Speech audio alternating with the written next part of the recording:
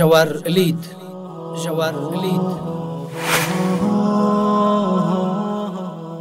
د حریت رادیو اسلامي سیاسي او فکری خبرونه.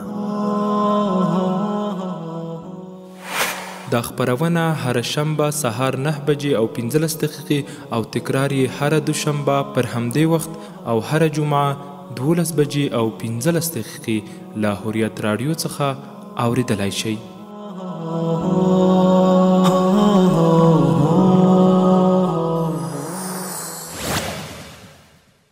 بسم الله الرحمن الرحیم. السلام علیکم ورحمت الله تعالی وبرکاته.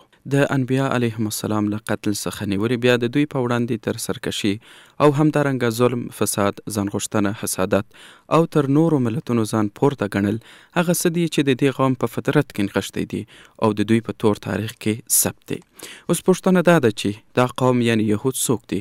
ولې په قرآن کریم کې د مسلمانانو تر ټولو سرسخت دشمنان بلل شوي او دا قوم د څه ډول یو تاریخ څخه برخمن دي؟ بیا هم سلامونه مې ومنئ درنو اوریدونکو، هیله ده چې ورځ مو په خیر سره پیل کړی وي او د ژوند چارې مو په خیر وي. نن په دې خپرونه کې د یهودو د تاریخي خیانتونو په اړه بحث لرو چې زه مختار سادات په دې خپرونه کې کوربه یم او محترم عبدالحق حماد صاحب د بحث لپاره په سټوډیو کې راسره حضور لري. حماد صاحب ښه خلاص سره توای خپرونه کې. ډېره مننه، خوشحاله اوسئ. مننه. حماد صاحب محترم، لکه چې ما مقدمه کې داسې یو مختصر یادونه وکړه چې نن بحث مو پر دې باندې ده چې د یهودو تاریخي خیانتونو په اړه به بحث کوو چې تاریخ په اردو کې دوی کوم خیانتونه د انبیاء علیهم السلام سره، د نورو ملتونو سره او همدارنګه د اسلام په صدر کې د مسلمانانو سره او په اوسني عصر کې د اسلام او د انسانیت سره دوی کوم خیانتونه روان کړي. نو لومړی که راسو د دوی په اړه یو مختصر معرفت ولرو چې یهود څوک دي. بسم الله والصلاة والسلام علی رسول الله. قدرمن سادات صاحب، تاسو ته ستاسو ټول اوریدونکو ته سلامونه او احترامات وړاندې کوم. الله تعالی دې وکړي چې ټول افغانان به په صحت او عافیت کې وي. یهودو پیل له هغه ځایه سوی دی چې یعقوب علیه السلام کله مبعوث شو، بیا د 12 اولادونه او دغه اولادونو د هر زوی د یعقوب علیه السلام یوه فرقه سوله چې 12 فرقې وي. بیا په دوی کې د یعقوب علیه السلام یو زوی یهودا نومېده. دغه د یهودو فرقه همدغه یهودا ته منسوبېږي. نو دا موږ ویلی سو چې د یعقوب علیه السلام اولاده ده په پیل کې، او دا په خپل زمانه کې په خپل وخت کې تر ټولو بهتر خلک وو. الله تعالی ډېر زیات نعمتونه ورکړي وو، الله تعالی ډېر نازولي وو، ډېر پیغمبران په دوی کې راغلي وو او په دنیا کې ډېر داسې څه دوی ته ورکول سوي وو چې نورو قومونو ته نه پخوا ورکول سوي وو، نه له دوی څخه وروسته ورکول سوي وو.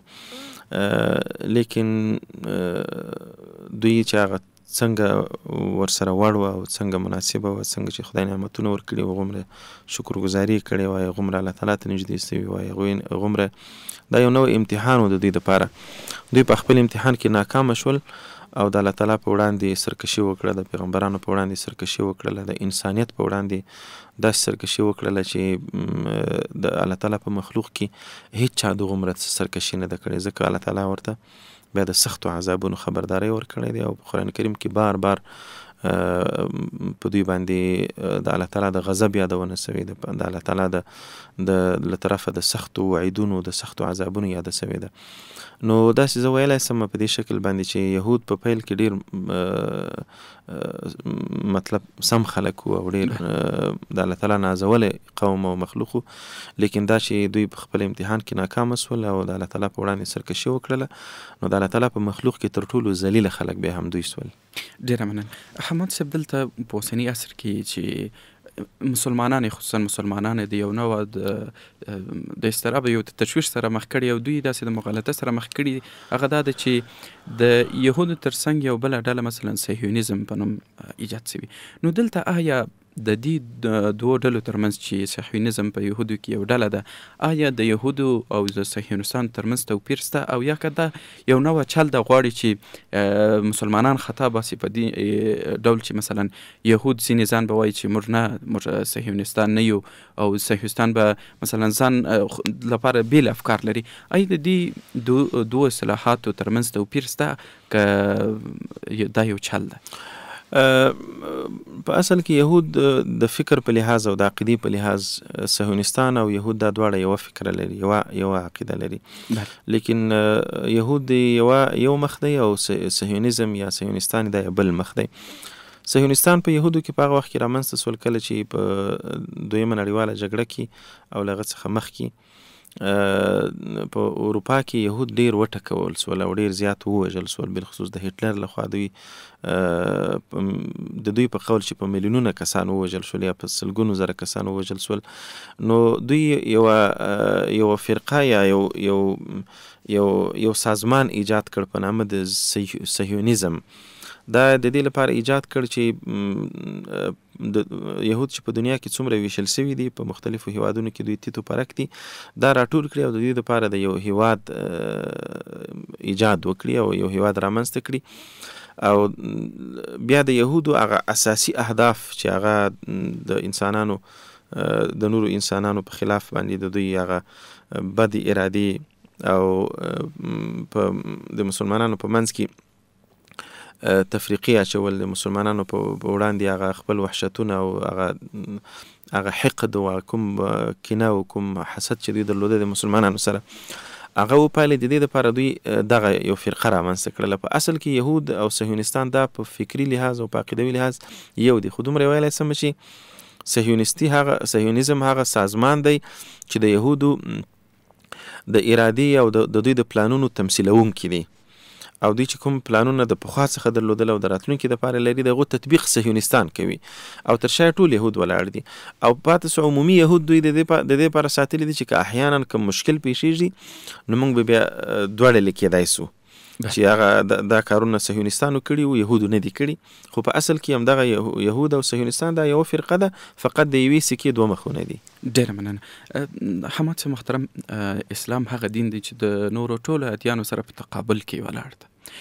الله تعالی په قرآن کې یوازې یهودي، یعنی نور هم د اسلام دشمنان دي، خو یوازې یهودي تر ټولو سخت دشمنان یاد کړي خپل په کلام کې. د دې علت څه ده؟ ولې یهود د مسلمانانو سره بیا دومره ټکر لري چې الله تعالی دومره د مسلمانانو دپاره غټ دشمنان یاد کړي؟ ما پیل کې اشاره درلودله چې یهودو ته الله تعالی په پیل کې ډیر زیات نعمتونه ورکړل. تاسې سورة بقره کې ولولئ، هلته مختلف آیاتونو کې الله تعالی ورته ویلي دي چې یا بني اسرائیل اذکروا نعمتي التي انعمت علیکم وانی فضلتکم علی العالمین. وایي تاسې مې د خپل زمانې په ټولو عالمونو باندې بهتر وګرځوئ، بیا مې دا درکړله او بیا مې دا درکړله. مختلف دا اوله سپاره چې تقریبا راواخلي تر دا نیمایي لا هم ور اخواته پورې دا ټول د یهودو د هغه نعمتونو بحث کوي. نو لغه وروسته په دغه مقطع زمانی کې چې موسی علیه السلام او بیا لغه وروسته ځینې نور پیغمبران، زکریا علیه السلام او یحیی علیه السلام او نور دانیال علیه السلام او نور مختلف پیغمبران په دوی کې راغلي، په زرګونو پیغمبران راغلي دي په دوی کې. دوی هغه څه چې الله تعالی ورته ورکړي وو په ځای د دې چې دوی دغه شکرګزاري ادا کړې وای، الله تعالی ته نور هم نږدې سوي وای او د الله تعالی د احکامو ښه تمثیل یې کړی وای او الله تعالی په ځمکه باندې د الله تعالی نظام تطبیق کړی او د الله تعالی احکامو ته یې غاړه ایښې وای. دوی برعکس کارونه وکړل. هغه دا و چې د الله تعالی د احکام په خلاف دوی ډېر لوی بغاوتونه وکړل. دوی مشکل دا و چې له دوی څخه دغه موضوع ډېره غټه سوله، غټه په دې معنی چې ډېر غرور ورڅخه وسو او دوی داسې فکر وکړ چې الله تعالی موږ ته کوم نعمتونه راکړي دي، الله تعالی چې موږ ته کوم نعمتونه راکړي دي، نو دا د دې معنی دا ده چې موږ د الله تعالی یو ځانګړی مخلوق یو او موږ ته به الله تعالی هیڅکله عذاب نه راکوي. دا د دوی عقیده وه. دوی به ویله چې لن تمسنا النار الا ایاما معدوده، موږ ته به خاص یو څو ورځې الله تعالی عذاب راکوي، که موږ څونه سرکشي وکړو موږ دغه نسو کولی.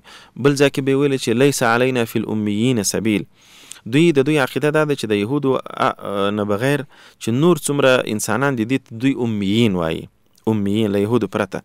نو دوی وایي چې لیس علینا فی الامیین سبیل، د امیینو په وړاندې په موږ باندې هیڅ ملامتیا نسته. معنا دا ده چې نحنو، دوی وایي چې نحنو شعب الله المختار، موږ د الله تعالی هغه غوره کړی ډله یو خاص ګروپ یو د الله تعالی. نو موږ د الله تعالی اصلي دغه یو اصلي بندګان یو او دا نور خلک امیین چې دي دا وایي زموږ دپاره پیدا سوي، زموږ د خدمت دپاره پیدا سوي دي، زموږ یعنې زموږ دپاره پیدا سوي. موږ که د دوی په وړاندې هر څه کوو نو په موږ باندې هېڅ ملامتي نشته. دا د دوی عقیده ده. لیس علینا فی الامیین سبیل. قرآن کریم کې الله تعالی فرمایي چې د دوی عقیده دا و چې د امیینو په وړاندې موږ باندې هیڅ ملامتي نشته. څه معنا؟ معنا دا ده چې د یهودو نه ور اخواته دا نور خلک ټول غیر اصیل خلک دي. اصیل انسانان او اصلي اوسیدونکي د دې ځمکې، اصلي وارثان د دې ځمکې، اصلي بندگان د الله تعالی هغه یهود دي. له دې نه ور اخواته دا نور انسانان دا انسانان نه دي. وایي له همدې امله دوی له هغه وخت نه د نورو انسانانو په وړاندې هغه خپل بغاوتونه او خپل غدرونه او خپل وحشتونه هغه پیل کړل او بالاخره الله تعالی څخه بغاوت وکړ. که تاسې دا تاریخ ولولئ قرآن کریم کې صریح د دوی هغه دغه ستا خیانتونه او دا شیان شته چې د الله تعالی په وړاندې څومره ګستاخانه خلک دي، څومره بې ادبه خلک دي. د الله تعالی پیغمبران به شهیدانول. یعنې پیغمبر هغه مخلوق دی چې په دنیا کې تر ټولو مقدس مخلوق دی او تر ټولو معصوم انسانان دي. یعنې معصوم انسانان دي په هر لحاظ باندې او تر ټولو ډیر د دې وړ دي چې باید انسانان او مسلمانان د هغوی درناوی وکړي، د هغوی احترام وکړي، هغوی ته مثلا اذیت ونه رسوي. لیکن دی ظالمانو دی وحشي انسانانو په پیغمبرانو باندې هم صرفه ونه کړل، په زرګونو پیغمبران شهیدان کړل. الله تعالی په قرآن کریم کې فرمایي چې ويقتلون الانبیاء بغیر حق ويقتلون النبیین بغیر الحق. مختلف ځایونو کې الله تعالی فرمایي چې یهودو انبیا لا ووژل. لغه نه وروسته دوی بیا هم سره د دې چې د تاریخ په اوږدو کې په دوی باندې مختلف عذابونه راغلل، دوی باندې مختلف قحطونه راغلل، مختلف عذابونه راغلل. بیا دغه نه وروسته بیا دوی به بیا کله توبه وایسته، بیا خیانت وکړي، بیا توبه وایستله، بیا لکه یو قسم د خدای پاک سره چل بازی کولې، په این حال کې ډېرې ناشکري کولې. او لغه نه وروسته بیا د دوی فکر دا و چې دغه د پیغمبرانو سلسله چې زموږ په دا سلسله کې را روانه ده، د یعقوب علیه السلام په اولاده کې، دا باید تر قیامت پورې په موږ کې را روانه وي. لکه څنګه چې دا سلسله خو هغه د نبی کریم صلی الله علیه وسلم په وخت کې دا سلسله بیرته قطع سوله، له دوی څخه راله د اسماعیل علیه السلام اولادې ته چې نبی کریم صلی الله علیه وسلم مبعوث سو. دوی مخکې له دې چې نبی کریم صلی الله علیه وسلم مبعوث سي دعاګانې به یې کولې چې خدای پیغمبر راولي، او د مکی خلکو ته او د مدینی عیسایانو ته به ویل چې وروستی پیغمبر روان دی چې راسي موږ به دغه ملګري کیږو او ستاسو سره به ګورو موږ. نو کله چې پیغمبر راغی د دوی تمه دا و چې دا پیغمبر به په دوی کې راځي، خو چې کله په بنو اسماعیل کې راغی، د ابراهیم علیه السلام په اولاده کې راغی، د یعقوب علیه السلام په اولاده کې رانغی، نو بس دوی د دې سره حسد شروع کړي. په ځای د دې چې اطاعت وکړي، په ځای د دې چې د خدای حکم ته تابع سي، دوی خپل نسبی سلسله وپالله او دا خبره حسد او تعصب ته یوړله. نو بس د مسلمانانو په خلاف بغاوتونه شروع کړل. لدې عمله چې دوی د الله سره خیانت کړی، دوی د پیغمبرانو سره خیانت کړی، دوی د عام مسلمانانو سره خیانت کړی، دوی د عام انسانانو سره خیانتونه او غدرونه کړي دي. نبی کریم صلی الله علیه وسلم ته دا شی معلومه او الله تعالی ته هم دا معلومه. نو ځکه مسلمانانو ته ویل چې ګوري دا په دنیا کې تر ټولو ظالم، تر ټولو غادر، تر ټولو بدبخته او تر ټولو ذلیل او تر ټولو خائن قوم دی. نو د دې سره به پام کوئ تاسې. له همدې امله الله تعالی ورته څرګنده کړله چې دا یهود اشد الناس عداوة لتجدن اشد الناس عداوة الذين آمنوا اليهود. یهود به تاسې مسلمانانو ته وایي چې د مسلمانانو په وړاندې به تر ټولو سختدریزه خلک دا یهود مومي، ځکه چې دوی د الله سره هم خیانت کړی دی او د پیغمبرانو سره هم، د مسلمانانو سره هم او د عام انسانانو سره هم، تر څو دوی ورته متوجه وي او د خیانتونو څخه ځان وساتي او د غدرونو ته متوجه اوسي. ډېره مننه. حماد صاحب دلته غواړم چې بل مورد هم اضافه کړم. که چیرې موږ راسو اوسني عصر کې کوم نړیوال قوانین وګورو، اکثریته که ریښې راواخلو همدغه خلکو جوړ کړي چې تاسو ول داسې فکر لري چې پر نورو خلکو زموږ دپاره ملامتیا نسته. یعنې هر څومره ظلم کوو، هر رقم چلند ورسره وکړو، یعنې نور بشریت زموږ دپاره ملامتیا نسته چې ولې تاسو دا کړئ، یعنې موږ شعب الله المختار یو. نو څومره به منطقي وي د مسلمان دپاره چې د داسې خلکو په خبرو باور وکړي او دوی د بشر د حقوق، خصوصا د بشر د حقوقو مدافعین وګڼي؟ دا که هر مسلمان په دوی باندې باور کوي نو دی د دې معنی دا ده چې دی د الله تعالی په اقوالو باندې باور نه لري. د دې معنی دا ده چې د الله تعالی په نصوصو باندې د نبی کریم صلی الله علیه وسلم په اقوالو باندې باور نه لري. ځکه الله تعالی او رسول الله صلی الله علیه وسلم موږ ته د یهودو خباثت، د دوی خیانتونه او د دوی غدرونه او د دوی دشمنی چې د مسلمانانو په وړاندې لري دا راته څرګندې کړي دي. قرآن کریم ډک دی په دې شیانو، احادیث په دغو مواردو باندې ډک دي. یو دا. بل دا دی چې له دې نه وروسته هم که مسلمان په دوی باندې باور کوي، له دې نه وروسته چې هر څه په سترګو ولیدل سول، موږ تاسې ولیدل نه، بالخصوص په دا تیرو 2 کلونو کې موږ د دوی هغه اصلي څېرې ولیدل. اوس هم که مسلمانان په دوی باندې باور کوي، نو زه فکر کوم چې دا مسلمان د په خپل ایمان وډار سي. دا مسلمان باید په خپل عقیده باندې د سره غور وکړي چې زه کومې خواته روان یم. اوس خو خبره ډېره واضحه سوله، اوس خبره ډېره ښکاره سوله چې یهود د مسلمانانو په وړاندې څه ډول وحشتونه کوي. تاسې باور وکړئ چې ما یو ورځ یو عربي دکتور سره ما خبرې کولې، د عربي دنیا یو ډېر مشهور عالم دی. ما بحث ورسره کوي، بیا ما ته وویل وایي شیخ حماد وایي ته دغه وکړه، ته هغه دوی چې کوم دغه لولي تورات، کوم تورات چې دوی لولي تحریف شده تورات، هغه چې دوی لاسوهنه پکښې کړې د ځان یې لیکلی دی، هغه تورات وایي تاسې پیدا کوي ولولئ او هم مسلمان دغه علما یې باید ولولي. په هغه کې چې وایي دوی د مسلمانانو په وړاندې د څه ډول وحشتونو سپارښتنه او لارښوونه کړې ده. دا اوس چې اسرائیل شی کوي دا د هغه 10% دی یوازې. دا اسرائیل چې کوم وحشتونه کوي چې په یو کال کې دوی تقریبا 2 ورځې وړاندې ما یو راپور وکوت چې دا تقریبا 1,80,000 مسلمانان شهیدان او زخمیان سوي دي. په دې کې 65% یوازې ماشومان او ښځې دي، 65%. او یو رقم دا و چې 25,000 ماشومان شهیدان سوي دي تر اوسه پورې. 25,000 ماشومان قتل عام سوي دي. او د دوی یو فکره دا ده، دوی ته په دې درسونو کې ویل کېږي یو رسم ورته کوي، یو حامله میرمن ورته رسم کی، بیا د حاملې میرمنې په خېټه باندې یو نشان دغه کې هغه د ویشتلو نشان نه، هغه په کلاشینکوف په دغه کې چې هغه دوربین کې ښکاري دایره وي، په منځ کې نشان وي، دا د دې حاملې میرمنې په خېټه باندې برابره کی. بیا ورته وایي ستاسو بهترین شکار ستاسي چې تاسې یعنی په هغه باندې ډېر اجر ترلاسه کوئ، هغه دا دی چې دغسې یو حامله میرمن په یوه مرمۍ تاسې ووژنئ. نو تاسې به په یوه مرمۍ باندې 2 مسلمانان وژلي وي، یوه مور یوه ماشوم په خېټه کې. یعنی دا یو نوع هغه د وحشتونو تنوعات په درسونو کې دوی ته ویل کېږي. نو ما ته یې وویل وایه دا کوم وحشت چې دوی کوي، دا وحشت نه دی د دوی په نیز باندې، دا خو دوی د دنیا د مسلمانانو د بیرې څخه ډېر څه نه کوي.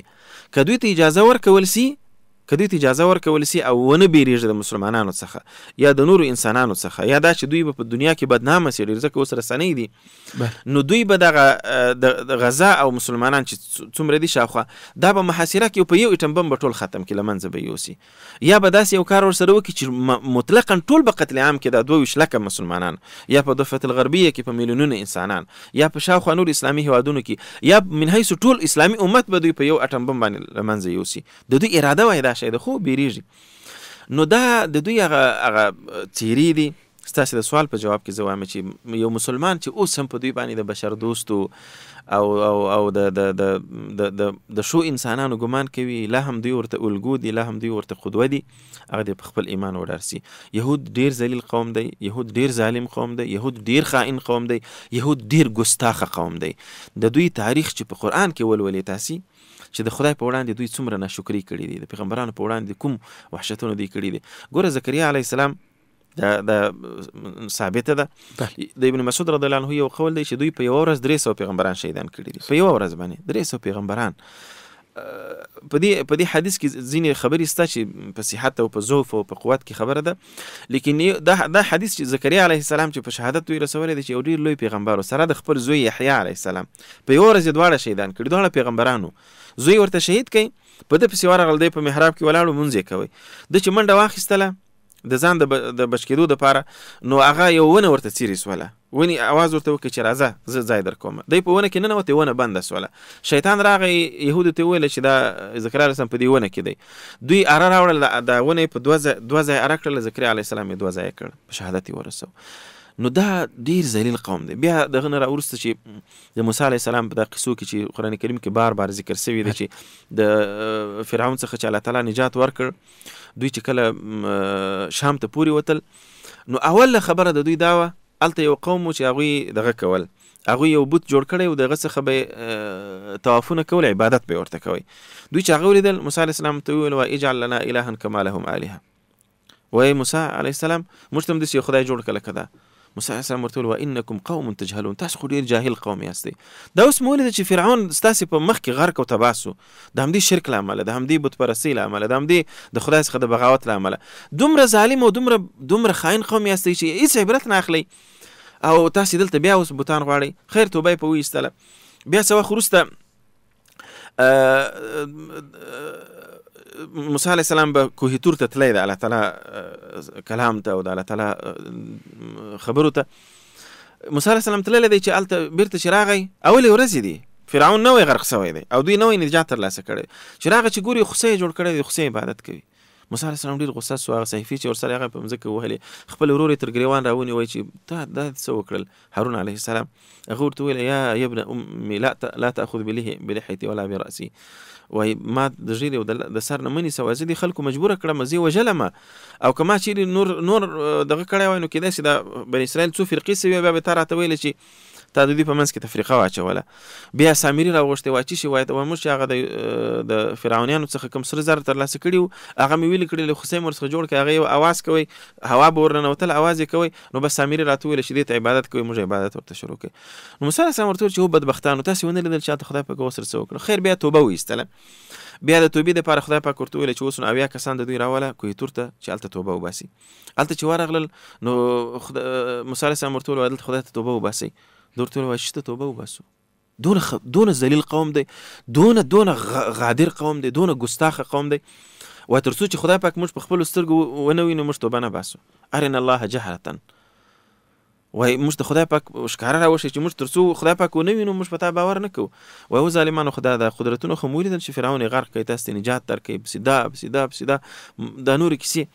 وای نه، تر څو چې الله تعالی موږ ښکاره ووینو. هغه الله تعالی ته غوسه ورغله، غضب راغی، بس خدای پاک کوه تور غر ورباندې پورته کړي، د پاسې پر راغورځوئ. نو هغو ته ویل چې توبه وباسئ. دوی وای دا مفسرین لیکي، وای غر ورباندې راکښته سو، ورباندې راغورځېدی. نو دوی وای یو په سجده پرېوتل، خو په یو څنګ به یې غره ته کتل، یو څنګ به یې په سجده لګولی و. بیا به یې ویل چې سمعنا وعصینا، ومورېدل دغه منو یې خو ولاکې ومنو، په عین حال کې ګستاخي کوله. بیا یو عذاب ورباندې راغی، ټول مړه سول.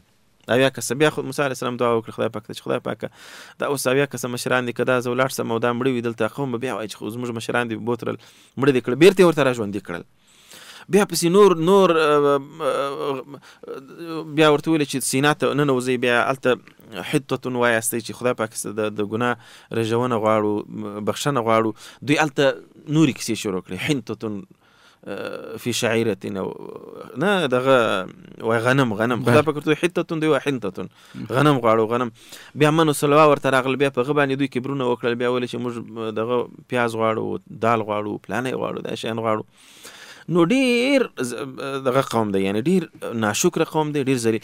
الله تعالی چې څومره نعمتونه دوی ته ورکړل او دوی څومره ناشکري وکړي، نو فباءوا بغضب من الله، دوی د الله تعالی له طرفه په لوی غضب اخته سول.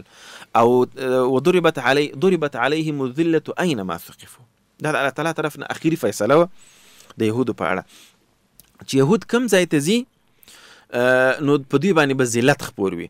له هماغې ورځې څخه یهودو بیا په دنیا کې ښه ورځ نه ده لیدلې. بیا په دنیا کې دوی تیتو پرک وو، په دنیا کې بیا دوی ویشلي وو، هېڅ هیواد یې نه درلودی، هېڅ چا ځای نه ورکوی. او هر ځای چې به دوی ولاړل هلته به د دوی غدر او د دوی خیانتونه، د دوی هغه خباستونه، هغه به انسانانو لیدل. بالاخره چې انسانانو د دوی په وړاندې پاڅونونه وکړل، بخت نصر ووژل، پسې هټلر ووژل، پسې نورو خلکو دوی ووژل، ځکه دوی هټلر ویلي و چې دوی ډېر تعداد و، میلیونونه کسانو په دوی کې یو اندازه ووژل، یو څه میلیونه یې پرېښودل. و دا زه د دې دپاره پرېږدم چې آینده نسلونه بیا ووایي چې ما څومره بد خلک وژلي دي، تر څو تاریخ زما په اړه ناوړه قضاوت ونه کړي.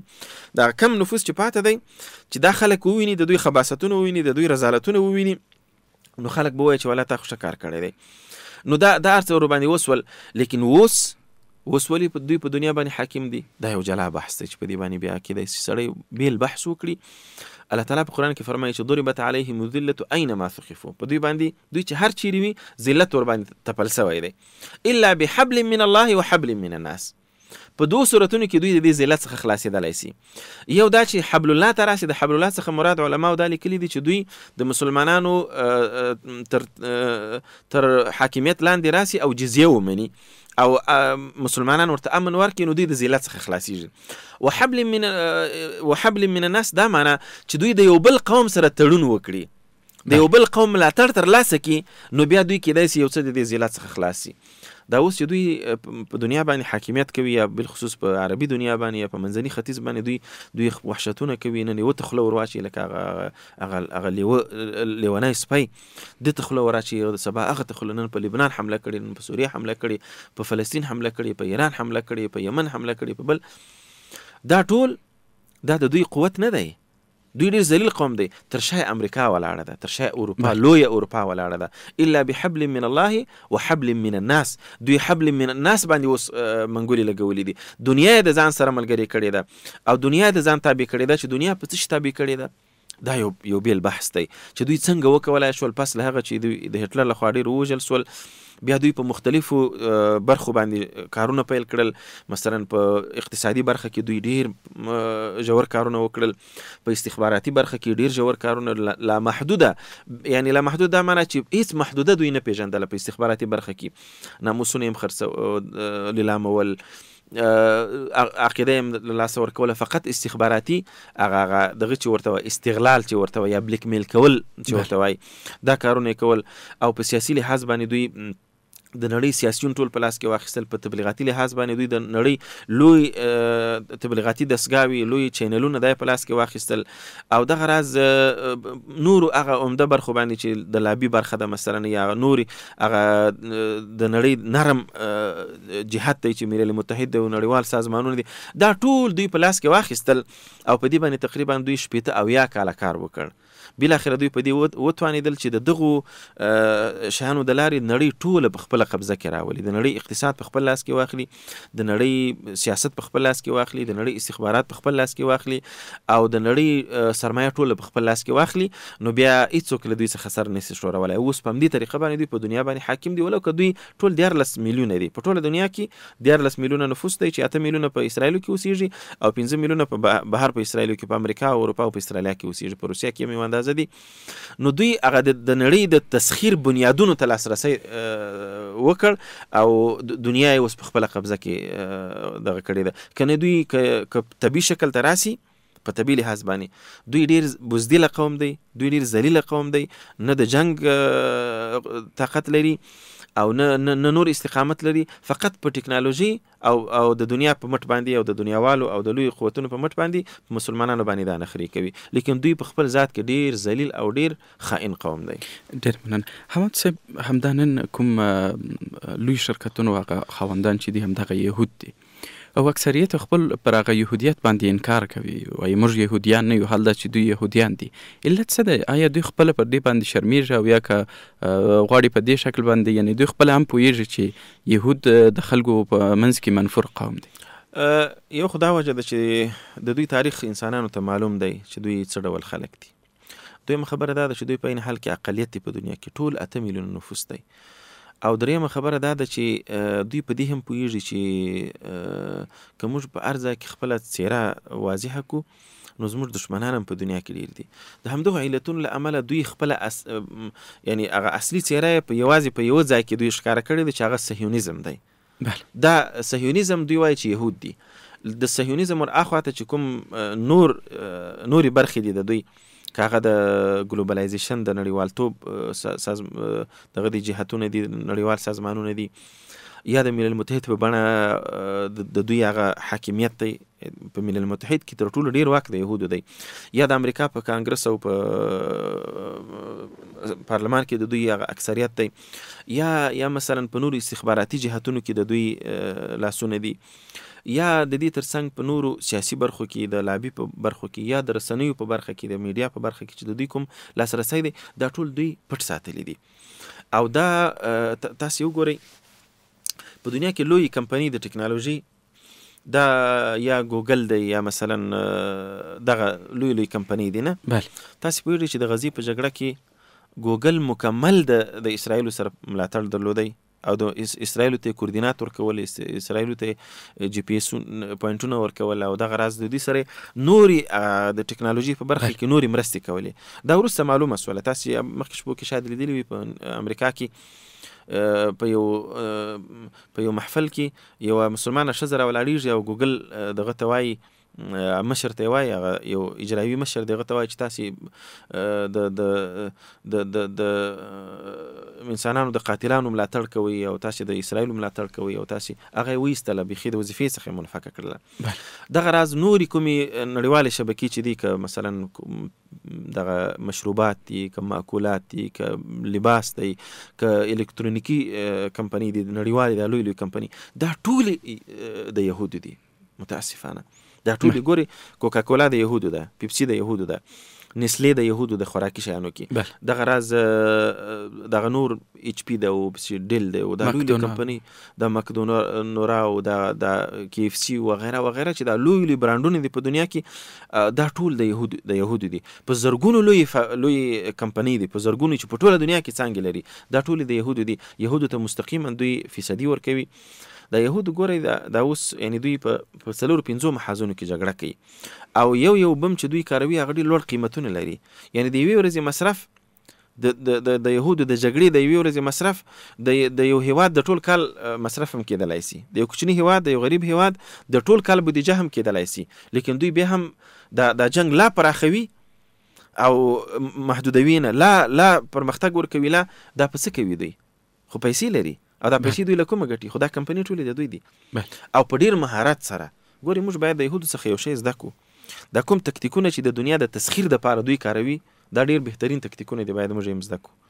او تر څو چې مسلمان په دنیا کې وسایل استفاده نه کړي، د الله تعالی نظام دا دی چې په دنیا کې ته هغه وخت حاکمېدلی سي چې د دنیا دپاره ما کوم وسایل د دنیا د تسخیرولو، د دنیا د حاکمیت کوم وسایل چې ما پیدا کړي دي، هغه ته سم استفاده کړي. او دا موږ ته الله تعالی په قرآن کریم کې ویلي چې واعدوا لهم ما استطعتم من قوه. تاسو چې د قوت څومره توانمندي لرئ دا ورته اماده کړئ. موږ څه شی اماده کړي دي؟ تر اوسه پورې موږ یوه ستن جوړولی سو، تر اوسه پورې موږ یو توپک جوړولی سو، یو مرمۍ موږ جوړولی سو تر اوسه پورې. من حیث مسلمانان ټول اسلامي امت چې راواخلي، موږ د دوی په مقابل کې څومره اسلحه جوړولی سو، موږ د دوی په مقابل کې په ټکنالوژي کې څومره پرمختګ لرو، څومره لاسرسی لرو، موږ د دوی په مقابل کې په اقتصاد کې څومره هغه نړیوال اقتصاد یا بین المسلمین هغه اقتصادي سیستم ایجادولی سو، یا مثلا موږ په سیاسي جهاد کې موږ څومره مسلمانان سره یو کېدلی سو. په امنیتي لحاظ کې یو د بل سره، په امنیتي لحاظ مسلمانان یو د بل سره څومره هماهنګي درلودلی سي تر څو د دغه دشمن په وړاندې مبارزه وکړو. هېڅ نه لرو، نه اقتصادي برنامه لرو مشترکه، نه نظامی برنامه لرو مشترکه، نه سیاسي برنامه لرو، نه استخباراتي برنامه لرو. مسلمانان چې یو له بل سره نږدې سو، دا ټولې سره ویشلي دي. او دوی په ډېر ماهرانه شکل باندې په ټوله دنیا باندې خپل ټولې دنیا ته خپلې ریښې غځولې دي. اقتصادي پوخ کړی دی، خپل یو اقتصادي سیستم ایجاد کړی دی، بانکي سیستم ایجاد کړی دی. په دنیا کې چې یوه روپۍ ښکته پورته کېږي په دغه سیستمونو کې په دې یهود خبرېږي، د یهودو سیستم ته داخلېږي. که دا څومره نړیوالې کمپنۍ دي، که ویسټرن یونین دی، که ریا ده، که مثلا بل دی، که بل دی، دا ټول د یهودي نړیوال بانکي سیستم برخه ده چې دا د دوی په لاس کې ده. او هغه سازمانونه چې هغه د مسلمانانو د حمایت لپاره کار کوي، هغه د مسلمانانو د ملاتړ لپاره کار کوي، د مسلمانانو مرستې لپاره کار کوي، هغه سازمانونه دوی په ډیر لنډ وخت کې نشاندهي کوي او په ډیر لنډ وخت کې هغه باندې د بلاک ټاپه لګوي، بیا هغه نه پیسې انتقالولی سي نه پیسې راخیستلی سي. دا بنیادي کارونه دي، موږ باید دا زده کړو. ګورې دا اوس زمانه، یو ورځ یو یهودي غږېدی په یو پوهنتون کې، بیا ویل مسلمانانو تاسې خوا مه بدوئ، موږ وایي 600 کاله ستاسې حکومت منلی دی، ستاسې حاکمیت منلی دی، درته مات وو. هغه وخت کې تاسې د دنیا هغه نقطې ترلاسه کړي وي، هغه وسایل مو ترلاسه کړي وي چې دنیا ورباندې تسخیرېدلی سي. لیکن اوس زموږ نوبت دی وایو. اوس تاسې ولاړئ په خواهشاتو اخته سوئ، تاسې ولاړئ په داخلي اختلافاتو اخته سوئ، تاسې ولاړئ په فروعي مسایلو مصروف سوئ، تاسې ولاړئ یو د بل وینو ته کښېنستئ. موږ ته زمینه برابره سوله، موږ د دنیا چې کوم د قوت نقطې وي هغه مو ټولې ترلاسه کړي، د دنیا د حاکمیت چې کوم وسایل هغه مو ټول ترلاسه کړل. اوس نو صبر راته وکړئ تر څو چې تاسې بیا هغه وخت را رسېږئ. دا د مسلمانانو لپاره پیغور دی. مسلمان باید را بیداره سي، مسلمان باید، او دا بیداری د کوم ځای؟ دا بیداری په چغو نه کېږي، نه په مظاهرو کېږي، نه په بل څه کېږي. بیداری په دې کېږي چې مسلمان ځوان باید د خپل ځان لپاره یو مسیر وټاکي، مسلمان ځوان باید خپل وخت تنظیم کړي، مسلمان ځوان باید د اسلامي امت فکر ولري، مسلمان ځوان باید په ځان مصروف نسی. مسلمان هدف باید دا نه وي چې زه تعلیم کوم تر څو یو وظیفه پیدا کړم، تر څو کور جوړ کړم، تر څو واده وکړم، اولادونه او اقتصاد ولرم. نه، مسلمان ځوان باید هدف دا ولري چې زه دا تعلیم د دې لپاره کوم چې زه د اسلامي امت لپاره یو ښه پشتیوانه سم، زه اسلامي امت د دغه ذلت څخه راوباسم. او دغه راز حکومتونه هم باید من حیث امت فکر وکړي، نه دا چې هر حکومت په خپل ځان مصروف دی. دا اوس تاسې وینئ، ما په یو پیغام کې یو ورځ ویلي و، په یو مظاهره کې دا نوې چې په غزه باندې حمله شروع سوله، ما عربو ته یو پیغام ورکړ، ملګرو ای عربو، قسم په خدای که تاسو د دغه لیوني سپي مخه ونه نیسئ نو دا به ورو ورو ستاسې کورونو ته هم خوله در واچوي، تاسو ته به هم خوله در واچوي، او په نوبت به مو وژني، په نوبت به مو خوري دا لیوه. ومو لیدل غزه په دې حال کړله، ضفة الغربیه باندې حمله شروع کړله، هغه لا اخلاص نه و چې په لبنان حمله شروع کړله، هغه لا اخلاص نه و په یمن حمله شروع کړله، هغه لا اخلاص نه و په ایران حمله شروع کړله، هغه لا اخلاص نه و چې په سوریه باندې حمله شروع کړله. او دا ورو ورو راځي. د دوی خطه څه شی ده؟ د دوی نقشه څه شی ده؟ هغه الاسرائیل الکبرى، ګریډ اسرائیل، لوی اسرائیل ایجادوي. لوی اسرائیل څه شی دی؟ بین النیل والفرات، د فرات او نیل ترمنځ یو لوی دولت چې په دې کې به د مصر لویه برخه د دوی وي، په دې کې به اردن ټول د دوی وي، په دې کې به د سوریې لویه برخه د دوی وي، په دې کې به د سعودي عربستان تبوک او دا سیمې دا ټولې د دوی وي، او دغه راز فلسطین خو به اسې د دوی وي، لبنان یو لویه برخه به د دوی وي. دلته به لوی اسرائیل جوړیږي، او منځنی ختیځ به اول د دوی په قبضه کې وي. د منځني ختیځ زیرمې نفت او غاز او تیل او دا شیان دا به د دوی په قبضه کې وي، او بیا به د مسلمانانو په خلاف په ټوله دنیا کې دوی چې څه زړه وغواړي هغه به کوي. دا روانه ده. ما دوی ته ویل مال تاسو څه شته ګورئ، مخکې شپو کې مو پیغام ثبت کړی و، ما ورته وویل مال تاسې نه ګورئ چې لکه لیونی سپی اسرائیل، لکه لیونی سپی یو په بل پسې یو مسلمانان خوري، نو تاسې کوم شي ته انتظار کوئ؟ خو که نن سبا مو خوري، خو راځئ یوسئ او د دې لیوني سپي مخه ونیسئ. او د مخنیوي ډېر اسانه لارې دي. مسلمانانو سره ډېر د قوت ډېر نقطې دي. مثلا خپل نفت په امریکا بند کړي او د دوی په ټولو متحالفینو باندې خپل راکړه ورکړه دي ټول ورسره بنده کړي. خپلې اوبه چې دوی هغه سمندري لارې دي دا د ټولې د دوی د کشتیو په مخ بندې کړي، او ورته ودي تر څو پورې چې تاسې او په ټول امت باندې په 2 میلیارده امت باندې دي دغه مشران غږ وکړي چې امته په ځای دی چې تدریجا وژل کېږو، راځئ راپورته سئ، یو څو لکه یو څو زره کسان به شهیدان سو، لیکن د دې ذلت څخه خو به راوځو. د اوس لپاره یا که دا نه کوي، مثلا د دې عواقب شاید ښه نه وي، مسلمانان د یووالي لپاره د کار وکړي. دغه مسلمانان اوس هم عبرت نه اخلي، دا مشران اوس هم یو د بل سره په فروعي اختلافاتو کې اخته دي. قطر د سعودي سره په جنجال دی په وړو مسایلو، امارات د سودان سره په جنجال دی، بل د بل سره په جنجال دی، بل د بل سره په جنجال دی، او خپل منځو کې سره خوري.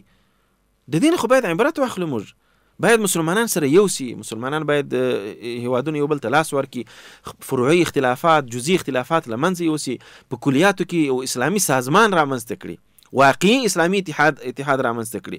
ټول ناټو یو کېدای سي، درسته ده، او ټول امریکا یو کېدای سي، بل یو کېدای سي، بل یو کېدای سي. مسلمانان چې د پیغمبر ورته د یو جسد خطاب کړی دی، یو جسد یاستئ وای، یو بدن یاستئ، د بدن یو غړی چې دردمن سي ټول بدن درد کوي ورسره، تاسې باید داسې اوسئ.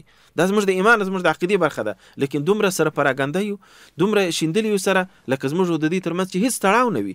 د فلسطین او د غزې موضوع اوس عادي سوې ده، مسلمانان حتی نه ورباندې دردېږي. هره ورځ هلته قتل عام روان دی. دا اوس د لوږې دومره خطرناکه څپره روانه ده چې د ورځې 50 پرونه بله ورځ مې کتل چې 50 ماشومان په یو ورځ د خوارځواکۍ د وجې شهیدان سوي دي، د لوږې نه شهیدان سوي. او دا څپه همداسې پسې پراخېږي، همداسې پسې زیاتېږي. او حتی د دې ویره سره ملل متحد خپله وایي چې د دې ویره سته چې په یو ځل باندې په زرګونو انسانان د لوږې څخه شهیدان سي، او نور مسلمانان شاخوا ورته پراته دي بیده دي. زه حیران یم دې مسلمانانو ته چې موږ کوم حالت ته راورسېدو. خدایه مسلمانان خو دومره ذلیل نه وو. دا ټول له دې امله چې یهود بنیادي کار کوي او موږ سطحي کار کوو. یهود علم ته کار کوي، موږ جهل ته کار کوو. یهود اتفاق ته کار کوي، موږ اختلاف ته کار کوو. یهود په بنیادي مسایلو باندې متمرکز دي، موږ په فرعي او په جزئي مسایلو باندې اخته یو.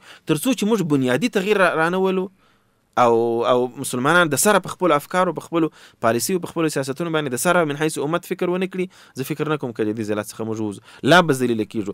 دا پیړۍ شاید د دوی وي، خو تدریجا موږ بیرته د دې حالت څخه وتلی سو که موږ خپل مسیر بدل کړو ان شاء الله. ان شاء الله. ډېر مننه حماد صاحب، تاسو د انبیاو د قتل ځینې مثالونه وړاندې کړل. ډېر اقوام راغلي دي په نړۍ کې، د انبیاو سره اختلافات راغلي دي، مثلا په تقابل کې واقع سوي دي، خو یهود یوازینی قوم ده چې د دې جرأت یې کړی چې د انبیاو تر قتل پورې مخته ولاړ شي. نو دغه جرأت د دې قوم په څه باندې دلالت کوي؟ دا جرأت د دوی په مخکې چې ما اشاره درلوده، د دوی په لوړ خباثت او په لوړ خیانت او په لوړې بدبختۍ باندې دلالت کوي. دا په عین حال کې یو عبرت هم دی نورو انسانانو لپاره چې ګورئ الله تعالی یو قوم ته ډیر ناز ورکي، لیکن دا ناز په دې معنی هیڅ کله نه دی چې دا خلک آزاد دي او دا خلک نور خدای معاف کړي دي او د دوی سره هیڅ حساب نه کیږي، یا مثلا د دوی سره د دوی څخه هیڅ پوښتنه او مسؤلیت نه لري. بلکې د دې معنی دا ده چې الله تعالی چاته څومره ډیر چانس ورکي، دغومره ډیر باید هغه الله تعالی ته نږدې شي. دا اوس افغانانو ته الله تعالی چانس ورکړی د اسلامي نظام په نعمت یې نازولی دي. د دې پوښتنه هم دومره درانه ده، د دې مسؤلیت هم دومره دروند دی. که افغانان د دې چانس څخه د دې حالت څخه ښه استفاده ونه کړي، الله تعالی ته شکر ادا نه کړي او ناشکري وکړي، خدای نه خسته، الله تعالی به داسې ذلت ور باندې راوړي. دا زموږ دپاره یو عبرت دی. داسې ذلت سره به خدای مخکې چې بیا په دې ورځې پسې ارمان کوو. اوس نن څخه زه مثال وایم چې موضوع بلې خواته ولاړه نه سي. د جمهوریت په اواخرو کې خلکو نارې وهلې چې خدای دا نظام ورک کړي، دا اشغالګر ورک کړي او دا نامري ورک کړي، خدای امن دی موږ وچه ډوډۍ خورو. اوس چې امن راغی، اوس چې لږ په یو چا باندې اقتصادي مشکل راسي، بس خولې وازه نیولې چغې وهي چې دا نسته او دا نسته. ته خو لږ صبر وکړه، الله تعالی به هر څه درکړي. خدای چې د دې لویو عذابونو نه خلاص کړي، د دې لویو درندګانو څخه خدای په خلاص کړي چې نه د دین محفوظو، نه د ناموس محفوظو، نه د مقدسات محفوظو، نه د سر محفوظو، نه د مال محفوظو، د دې لویو درندګانو لویو وحشیانو څخه خدای په خلاص کړي. خدای به دا د فقر مشکل څخه به دې خلاص کړي. دا اوس پرون د نړیوال بانک راپور وشي، په تیر کال کې افغانستان 2.5% اقتصادي رشد درلودی. دا څه معنی ده؟ خدای معنی چې موږ پر مخ روان یو، خو صبر غواړي، حوصله غواړي. یو دم خو نه کیږي چې یو کور دی 20 کاله وران سوی، 20 کاله دی په هغه کې جګړې تېرې سوي، هغه کې د بمبارونو سوي کیسې، او بیا په 2-3 کالو کې ته بیرته هغه دومره مترقي وغواړي لکه نور هیوادونه چې هغه 100 کاله آرام پاتې سوي. دا خو امکان نه لري. دا به تدریجي مخ ځي. الحمدلله موږ شاته نه یو روان، موږ پر مخ روان. نو هدف مې دا و چې دا زموږ دپاره عبرت دی چې الله تعالی انسان ته څومره نعمتونه ورکړي، همدومره مسؤلیت هم زیاتېږي. دا اوس چې افغانانو ته الله تعالی نعمت ورکړی دی، د امن نعمت یې ورکړی دی، د واحد نظام نعمت یې ورکړی دی، د اسلامي نظام نعمت یې ورکړی دی، د شو خلکو نظام یې ورکړی دی، او د هغه غلو دغو لویو لیوانو څخه الله تعالی خلاص کړلو. دا یو نعمت دی، باید په دې باندې افغانان شکر وباسي. عین حال د یهودو د ذلت اصلي لامل دا و چې دوی د الله تعالی په وړاندې خپل مسؤلیتونه ادا نه کړل، نو خدای پاک ذلیله کړل. او دا د دوی په هغه تر ټولو لوړې بدبختۍ په لوړ خیانتونو باندې دلالت کوي چې دوی حتی د الله تعالی په وړاندې هم ګستاخي وکړله، د پیغمبرانو په قتلولو باندې صرفه ونه کړله، د مسلمانانو په قتلولو باندې صرفه ونه کړله، دا اوس هم د عام انسانانو په قتلولو باندې دوی صرفه ونه کړله، او داسې وحشتونه یې وکړل چې ته باور وکړه که وحشي حیوانات هم دومره وحشیان وي لکه دا یهود چې څومره وحشیان دي. نو دا د دوی په لوړ ضلالت دعوه کې یعنی دلالت کوي. خو په عین حال کې یو شی چې موږ باید ورڅخه زده کړو، هغه د دوی بنیادګرایي ده. بنیادګرایي دا معنی چې دوی هر شي ته بنیادي سیستم جوړوي، هر شي ته بنیادي پلان گذاري جوړوي، هر شي ته یو دیدګاه جوړوي، هر شي ته یو ویژن او یو لرلید لري، او هر شي ته یو پروګرام او یو سیستم ایجادوي. او زموږ غوندې عشوائي، زموږ غوندې هوایي نه ګرځي.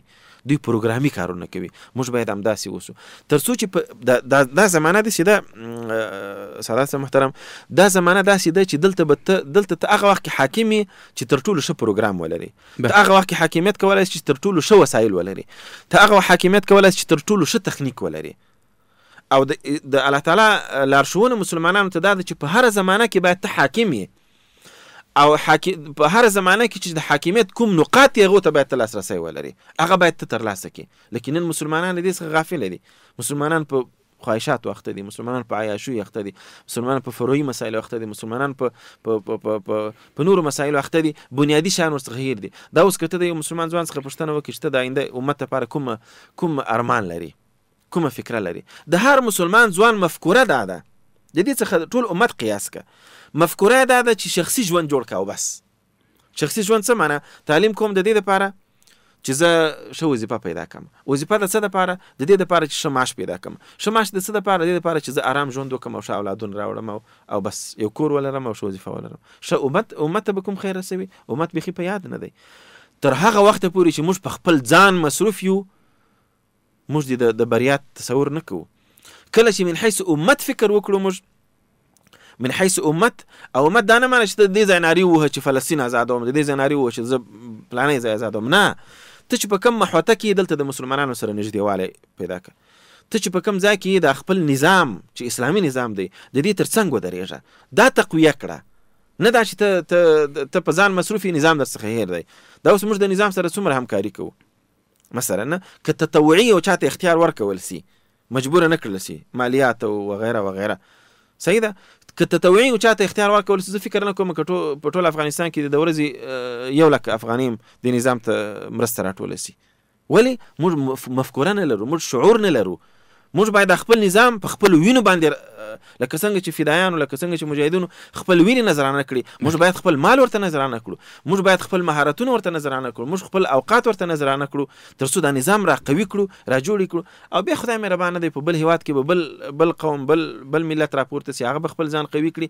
ها په تدریج سره د یو پیړۍ وروسته به موږ بیا یو ښه امت راپورته سوي یو، او د مسلمانانو د ناخوالو مخه به ونیولي. او که نه، هر سړی په خپل ځان اخته دی، هر مسلمان په خپل ځان اخته دی. ته باور وکړه، زه څه وخت مخکې عمرې ته تللی وم، ما ته ډېر افسوس ودرېدی. عمره د دې دپاره خدای پاک فرض کړې ده، حج او عمره، چې یو لویه فلسفه یې دا ده چې مسلمانان دلته راسي او یو د بل سره تړاو زیات سي. د مسلمانانو یو د بل سره لکه جسد واحد نږدې سي، یو د بل د حالاتو خبر سي، یو د بل د تجربو څخه خبر سي، یو بل سره روابط جوړ کړي. ته باور وکړه، تا فکر نه کوئ چې د دغو انسانانو تر مابین یو تړاو شته. سلام به یو بل ته نه کوئ، هر سړی په خپل مخ روان دی. داسې فکر نه کوئ چې دا د په حرمینو کې، داسې فکر کوئ لکه په یو تجارتي بازار کې هر سړی خپل کاروبار لري. د دې فلسفه دا ده چې ته یو بل سره نږدې سه. او حکومتونه هم مسلمانان نه پرېږدي متاسفانه چې هغه تجمعات ولري، یو د بل سره اړیکې ولري، یو بل پوښتنه وکړي چې دوه ناستې دې وکړي د څو مسلمانانو سره سبا استخبارات درپسې د همدې سعودي عربستان، تا ته وایي چې ته ولې خلکو سره کښېني. موږ دې حالت ته رسېدلي. په دې حالت به موږ د امت در حال کې چې دښمن مو هغه رقم راته ناست دی په ترصد کې، او دښمن مو هغه تکتیکونه زموږ په خلاف کاروي، هغه وسایل او امکانات ترلاسه کوي چې هغه ډېر عالي او ډېر لوړ امکانات دي. نو تر څو چې موږ په دې حال کې موږ بری نسو موندلی، موږ باید بنیادي تغییرات راولو. بنیادي تغییرات د ځوان د فکر څخه تغییر راځي، چې ځوان باید ځان بسیا کړي، ځان ته دې ګټه وکړي، لیکن فکر دې ډېر لرې وساتي، دیدګاه دې ډېره لوړه ولري. او دیدګاه لوړه دا ده چې زه څنګه کولی سم چې امت بچ کړم. امت کله ناکله د یو فرد د اقدام د وجې نه هم بچ کېدلی سي. صلاح الدین ایوبي او ورپسې نور اتلان چې راواخلي د افرادو وی کولی سي ټول امت سرنوشت ته تغییر ورکړ. نو موږ چې تر څو افکار اصلاح نه کړو د دې حالت څخه نسو وتلی، د یهودو د ذلت د تسلط څخه نسو وتلی. ډېر مننه احمد صاحب.